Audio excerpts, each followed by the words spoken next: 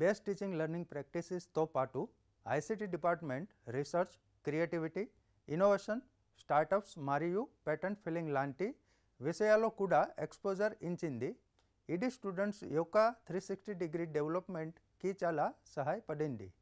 ఈ విషయంలో మీ ఎక్స్పీరియన్స్ని షేర్ చేస్తారా? ప్రాజెక్ట్ బేస్డ్ లెర్నింగ్ క్రియేటివిటీ కాకుండా ఇన్నోవేటివ్గా రీసెర్చ్, పేటెంట్స్ అనే వాటి మీదగానే వర్క్ చేస్తారు. మార్వాడిలో 500+ పేటెంట్స్ అనేవి గత సంవత్సరంలో ఉన్నాయి. ఇక్కడ ఈ 500 దాంట్లో 100+ వచ్చేసరికి ఐసీటీవే. అండ్ ఆల్సో రీసెర్చ్ అనేవి చేస్తారు. ఈ రీసెర్చ్లో వరల్డ్లో 2% సైంటిస్ట్ ఫ్యాకల్టీ అనే వాళ్ళు ఐసీటీలో ఉన్నారు. ఇలా రీసెర్చ్ అనేది చేయడం వల్ల ఏమవుతుందంటే, నువ్వు ఇప్పుడు ఏదైనా ఎంఎన్సీ కంపెనీలకు వెళ్ళాలన్నా కానీ మెయిన్ అప్రోచ్ అనేది నేనే తీసుకుంటారు. If you go to the abroad side వెళ్ళినా కానీ నీకు ఏదైనా స్కాలర్షిప్, స్టైఫండ్స్ ఏమైనా కావాలన్నా కానీ మెయిన్ దీని మీదే ఉపయోగం ఉంటుంది. అండ్ ఇఫ్ యూ పేటెంట్ సైడ్కి వచ్చేసరికి ఇన్నోవేటివ్గా చేయడం వల్ల నీకు ఒక రికగ్నైజేషన్ అనేది ఉంటుంది. అండ్ ఇలా ఇంకా చెప్పుకుంటూ పోతే చాలా ఉన్నాయి. ఫర్ ఎగ్జాంపుల్ స్టార్టప్స్ చూసుకుంటే 15+ స్టార్టప్స్కి ఫండెడ్తో వర్క్ చేస్తున్నారు స్టూడెంట్స్ ఐసీటీ నుంచి. Thank you.